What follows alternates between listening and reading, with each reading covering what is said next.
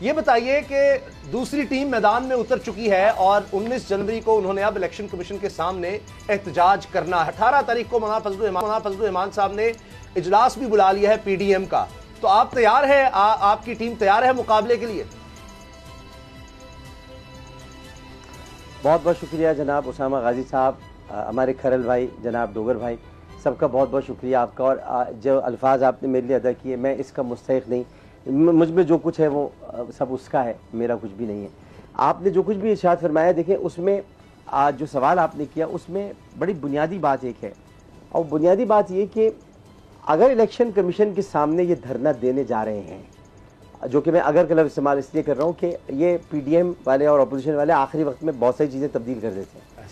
تو اگر یہ دینے جا رہے ہیں دھرنا اور انہوں نے فیصلہ کر لیا ہے تو یہ ان کا غلط فیصلہ ہے. اس کی وجہ یہ کہ آپ کو یاد ہوگا کہ ایسا ہی کچھ میدان کارزار بن گیا تھا احتساب عدالت کے باہر، جب مریم نواز شریف صاحبہ پیش ہوئی تھی اور کسی پتھر کے شاید لگنے سے کوئی بلٹ پروف شیشہ ٹوٹ گیا تھا، اگر آپ کو یاد ہو. تو اس میں پھر احتساب عدالت نے یہ کیا تھا کہ انہوں نے سماعت ہی ملتوی کر دی تھی. انہوں نے کہا بھائی آپ چلے جائیں. اب اگر یہ الیکشن کمیشن کے سامنے احتجاج کرتے ہیں، احتجاج اگر خدا نخواستہ پرتشدد ہو جاتا ہے، اگر وہاں پتھراؤ ہو جاتا ہے، کوئی اور بات ہوتی ہے، تو پھر تو الیکشن کمیشن کہے گا بھائی ہم تحقیقات ہی نہیں کر رہے، جائیں.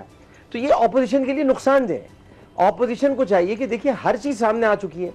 جن اکاؤنٹس پر ان کو شبہ تھا وہ چلیے اکاؤنٹس بھی سامنے ہیں. آج ایک طریقے سے تحریک انصاف کا بیان حلفی بھی داخل ہو چکا ہے، اور وہ یہ کہ آپ کو پتا ہوگا اس میں لکھا ہے باقاعدہ اس بیان حلفی میں کہ جن ایجنٹس کے ذریعے ہم نے کہا تھا کہ یہ پیسے جمع کیے جائیں، وہ ایجنٹس اگر غلط کوئی کام کر رہے ہیں تو اس سے تحریک انصاف کا کوئی تعلق نہیں ہے. اور ایک بات آپ کو اور بتا دوں، یہاں کھرل بھائی بیٹھے ہوئے آئینی ایکسپرٹ ہے اور بابا ڈوگر بھائی بھی آئینی ایکسپرٹ ہے.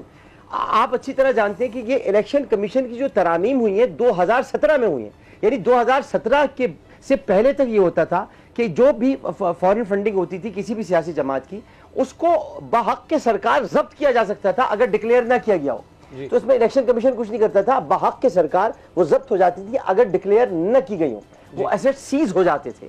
اچھا، اس کے بعد جو 2017 میں یہ نیا قانون آیا ہے، اس قانون کے تحت بھی آپ اس طرح کسی کو نااہل قرار نہیں دے سکتے جب تک کہ یہ ثابت نہ ہو جائے کہ جو پیسہ ڈکلیئر نہیں کیا گیا ہے وہ ملکی مفاد کے خلاف استعمال ہوا ہے، یا وہ ملک کے خلاف استعمال ہوا ہے، یا وہ ملک کے خلاف کہیں پر کوئی ایسا پروپیگنڈا کیا گیا اس پیسے کے ذریعے. اگر ایسا نہیں ہے تو ایسے کوئی کسی کو نااہل قرار نہیں دے سکتا. تو یہ اپوزیشن پتہ نہیں کس زوم میں ہے، کہاں سوچ رہے ہیں، جبکہ قوانین یہ نہیں کہتے. قوانین یہ کہتے ہیں اگر آپ نے ڈکلیئر نہیں کیا تو پھر اس پر یہ ضرور ہو سکتا ہے کہ وہ آپ کا پیسہ ہم سیز کر لیں گے، جو کہ قانون، اور اس کا بھی ایک پروسیجر ہے، اس کی ایک ہیئرنگ ہوگی، اس کے بغیر وہ نہیں ہو سکتا. تو یہ کہنا کہ جی نااہل ہو جائیں گے، فلاں ہو جائیں گے، یہ سب قبل از وقت باتیں ہیں. لیکن ایک اور خطرہ بھی ہے پنڈی جانے کا، ہمیں فالو کرنا ہے، اس کے بعد ہم کوئی بات کہہ سکتے ہیں. جی بابر بھائی آپ سے.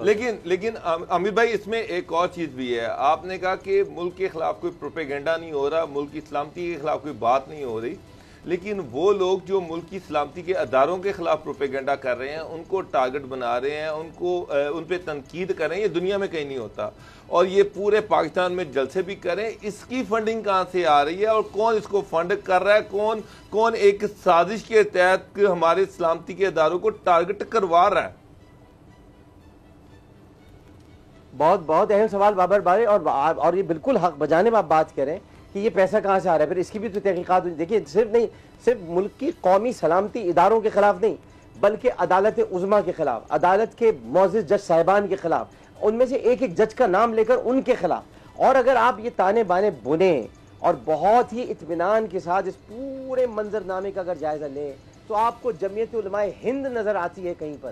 جمعیت علماء ہند کو جمعیت علماء ہند کو، یہ میں بڑی ذمہ داری سے آپ سے بات کہہ رہا ہوں، میں ایک نیشنل چینل پہ بیٹھ کر بات کہہ رہا ہوں کہ جمعیت علماء ہند کو اجیت کمار دول چلا رہا ہے.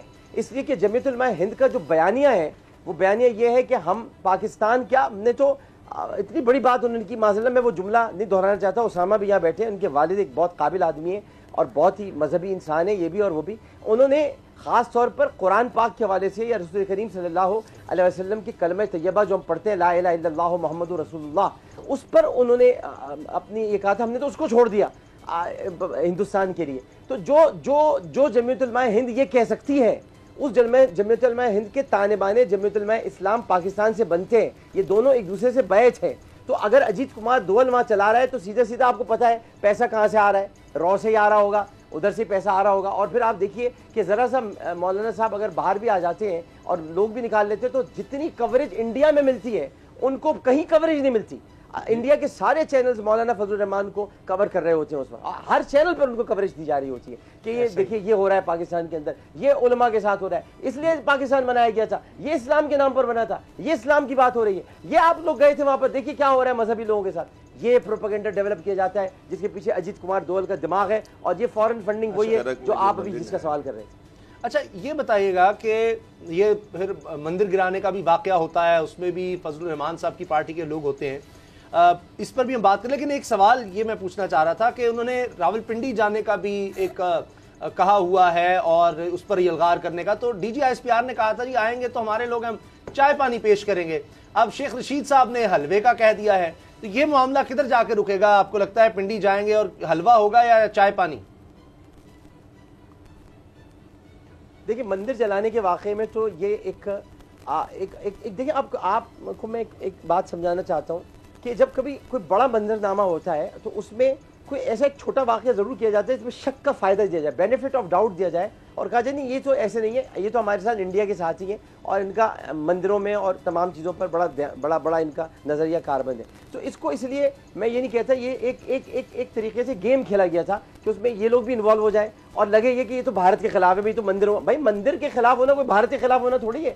مندر تو پاکستان میں قائد اعظم کی 11 اگست کی تقریر ہے کہ پاکستان میں مندر, مساجد, گرجا گھر, جتنی عبادت گاہیں ان میں جو لوگ جانا چاہیں وہ عبادت کر سکتے ہیں. پاکستان میں ان پر کوئی قدغن نہیں ہے. یہ قدغن آپ کو بھارت میں نظر آئے گا, پاکستان میں نہیں.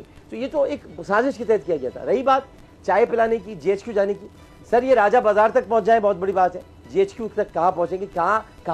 کہاں جی ایچ کیو, کہاں ان کی اوقات, کہاں جنرل ہیڈ کوارٹرز, کہاں ایمان کے طالبوں کا گڑھ, کہاں حب الوطنوں کا ایک گروہ, کہاں پاکستان کی حفاظت کرنے والے لوگ, اور کہاں پاکستان کی حفاظت کے ادارے پر چڑھائی کرنے والے لوگ. تو کیا ان کا وہاں پر پہنچنا ہوگا؟ ان کو چائے پانی جو پلائی جائے گی, چائے کا مطلب آپ اچھی طرح سمجھتے ہیں, چائے ابھی نندن کو جیسے پلائی گئی تھی چائے ان کو بھی پلائی جائے گی. اب پانی اس کے ساتھ شامل کر دیا گیا ہے, کیونکہ ظاہر ہے کہ شیخ صاحب اگر حلوہ کہہ رہے ہیں اس کی بنیادی وجہ یہ کہ مولانا صاحب ڈائبٹیز ہے, ان کو ڈائبٹیز ہے, وہ ذیابیطس کے مریض ہیں, اور ایسے موقع پر جب شوگر لو ہوتی ہے تو ان کو غصہ زیادہ آتا ہے, تو وہ شور شرابہ شروع کر دیتے ہیں کہ میں فوج کے ساتھ یہ کر دیں گے, ہم یہ کر دیں گے, ہم جرنیلوں کے ساتھ یہ کر دیں گے, ہم پیش نہیں ہوں گے. تو اس لیے شیخ رشید صاحب نے کہا کہ ٹافی نہیں ملتی تو کم از کم حلوہ ہی کھلا دیں ان کو. اچھا عامر بھائی, یہ جو مولانا صاحب کا جو بیان تھا راولپنڈی جانے کا, میرا خیال اکیلے ہی وہ رہ گیا ہے.